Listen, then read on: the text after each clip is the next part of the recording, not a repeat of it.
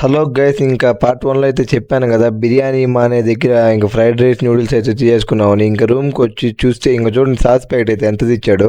ఇంకైతే నూడిల్స్, ఇంకా అదైతే ఫ్రైడ్ రైస్. ఇంక ఇదైతే ఫస్ట్ మన బ్రో ట్రై చేస్తాడు, చూపిస్తాను.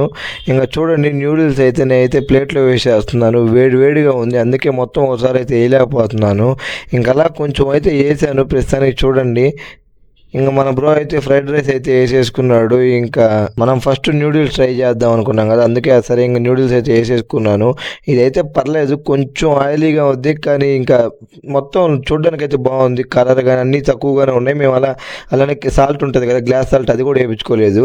ఇంకా అలా దానిలో అయితే సాస్ కలుపుకొని తింటే ఇంకా సూపర్గా ఉంది. ఇంకా అలానే అయితే సెకండ్ రౌండ్లో కొంచెం వేసుకొని, ఇంకా థర్డ్ రౌండ్లో అయితే మొత్తం ఫ్రైడ్ రైస్ నూడిల్స్ కలిపి అయితే మిక్స్ కొట్టేసాను. ఇదైతే పర్లేదు గైస్, కొంచెం యావరేజ్. నూడిల్స్ పర్లేదు, ఫ్రైడ్ రైస్లో కొంచెం ఆయిల్ ఎక్కువ ఉంది.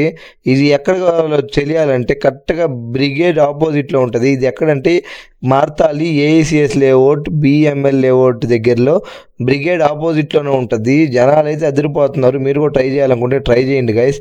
మళ్ళీ నెక్స్ట్ వీడియోలో కలుసుకుందాం. Bye guys.